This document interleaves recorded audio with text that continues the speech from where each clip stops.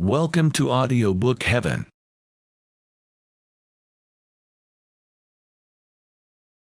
Alice's Adventures in Wonderland by Lewis Carroll. Chapter 2. The Pool of Tears. "Curiouser and curiouser," cried Alice. She was so much surprised that for the moment she quite forgot how to speak good English. "Now I'm opening out like the largest telescope that ever was. Goodbye, feet."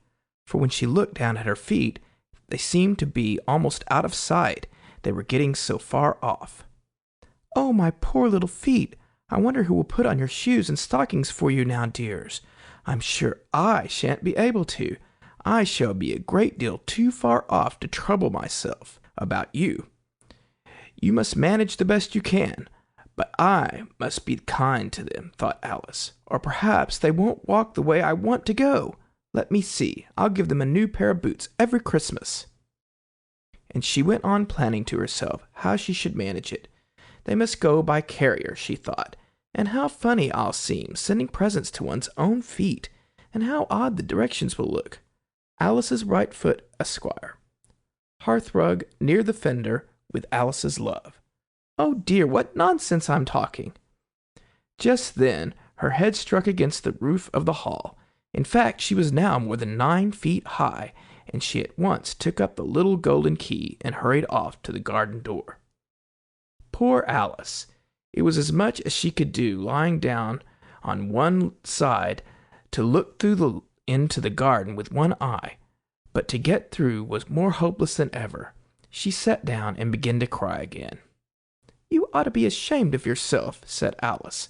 "A great girl like you," she might well say this, "to go on crying in this way. Stop this moment, I tell you." But she went on all the same, shedding gallons of tears, until there was a large pool all around her, about 4 inches deep, and reaching half down the hall. After a time she heard a little pattering of feet in the distance, and she hastily dried her eyes to see what was coming. It was the White Rabbit returning, splendidly dressed, with a pair of white kid gloves in one hand and a large fan in the other. He came trotting along in a great hurry, muttering to himself as he came, "Oh, the Duchess, the Duchess! Oh, won't she be savage if I've kept her waiting?"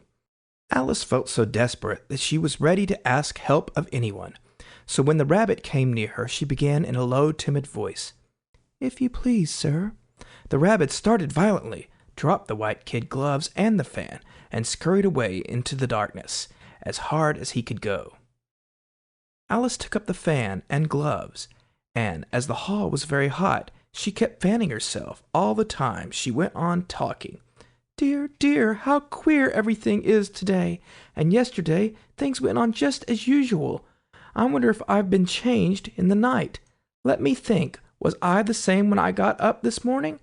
I almost think I can remember feeling a little different, but if I'm not the same, the next question is, who in the world am I?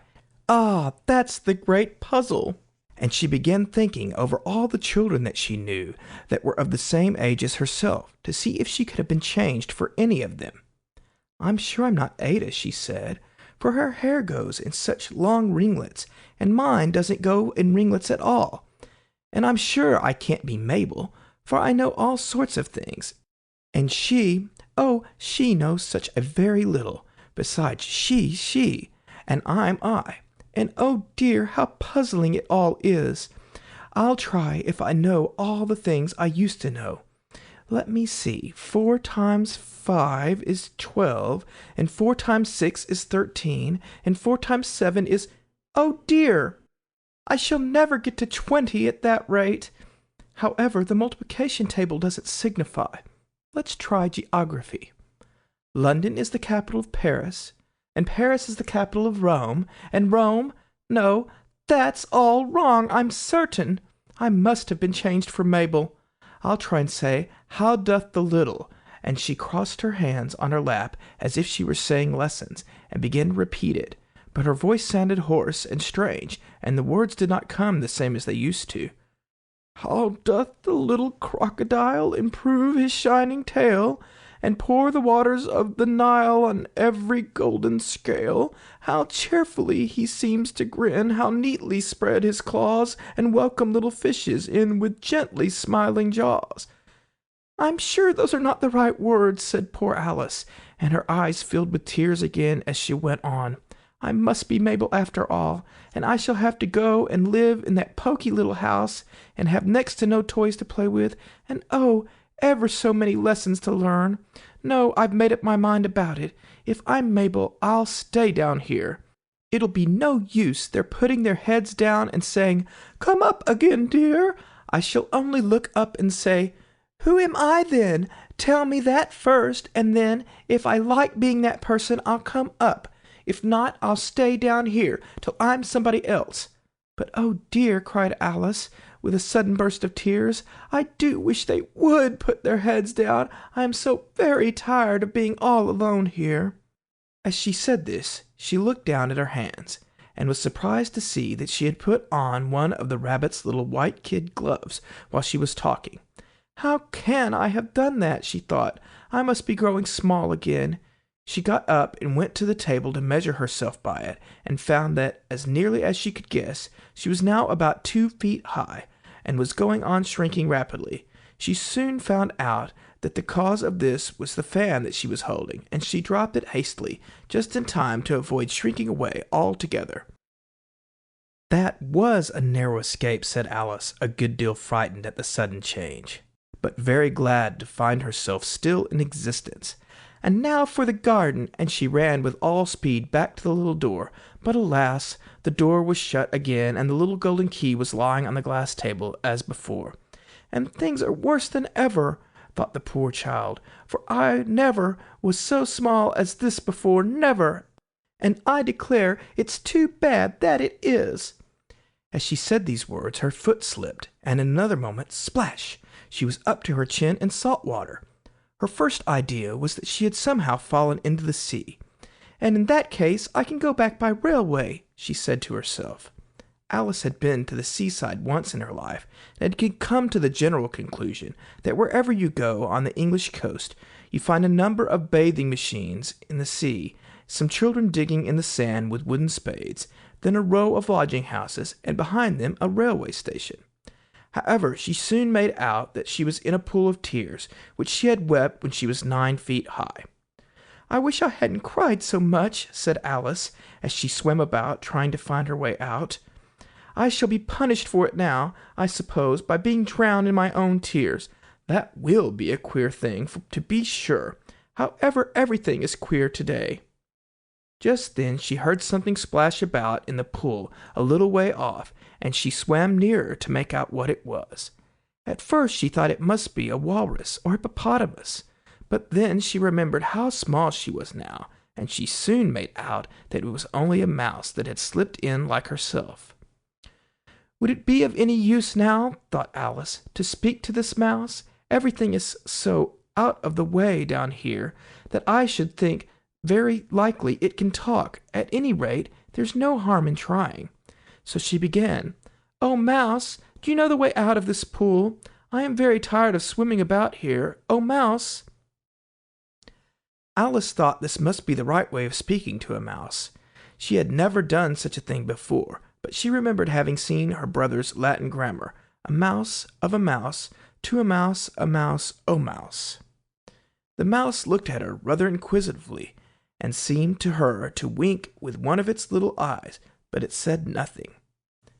Perhaps it doesn't understand English, thought Alice.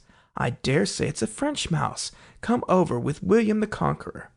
With all her knowledge of history, Alice had no clear notion how long ago anything had happened.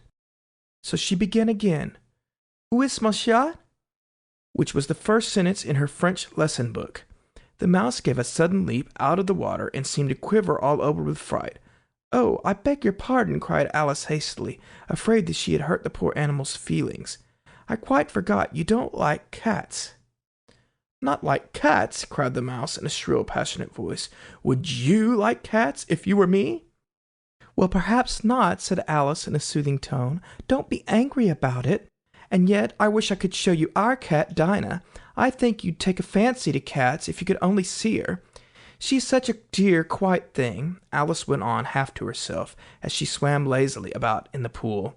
"And she sits purring so nicely by the fire, licking her paws and washing her face, and she is such a nice, soft thing to nurse, and she's such a capital one for catching mice. Oh, I beg your pardon," cried Alice again, for this time the mouse was bristling all over, and she felt certain it must be really offended.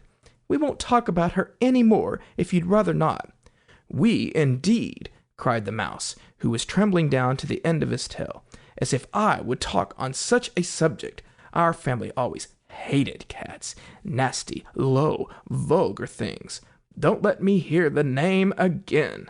"I won't indeed," said Alice, in a great hurry to change the subject of conversation. "And you, are you fond of dogs?" The mouse did not answer, so Alice went on eagerly. "There is such a nice little dog near our house I should like to show you. A little bright-eyed terrier, you know, with, such long curly brown hair, and it'll fetch things when you throw them, and it'll sit up and beg for its dinner, and all sorts of things. I can't remember half of them, and it belongs to a farmer, you know, and he says it's so useful, it's worth £100. He says it kills all the rats and—" "Oh, dear!" cried Alice in a sorrowful tone. "I'm afraid I've offended again." For the mouse was swimming away from her as hard as it could go, and making quite a commotion in the pool as it went. So she called softly after it, "Mouse dear, do come back again, and I won't talk about cats, or dogs either, if you don't like them." When the mouse heard this, it turned round and swam slowly back to her. Its face was quite pale, with passion, Alice thought, and it said in a low, trembling voice, "Let us get to the shore, and then I'll tell you my history, and you'll understand why it is that I hate cats and dogs." It was high time to go, for the pool was getting quite crowded with birds and animals that had fallen into it. There was a duck and a dodo, a lory and an eaglet, and several other curious creatures. Alice led the way, and the whole party swam to the shore. End of chapter 2.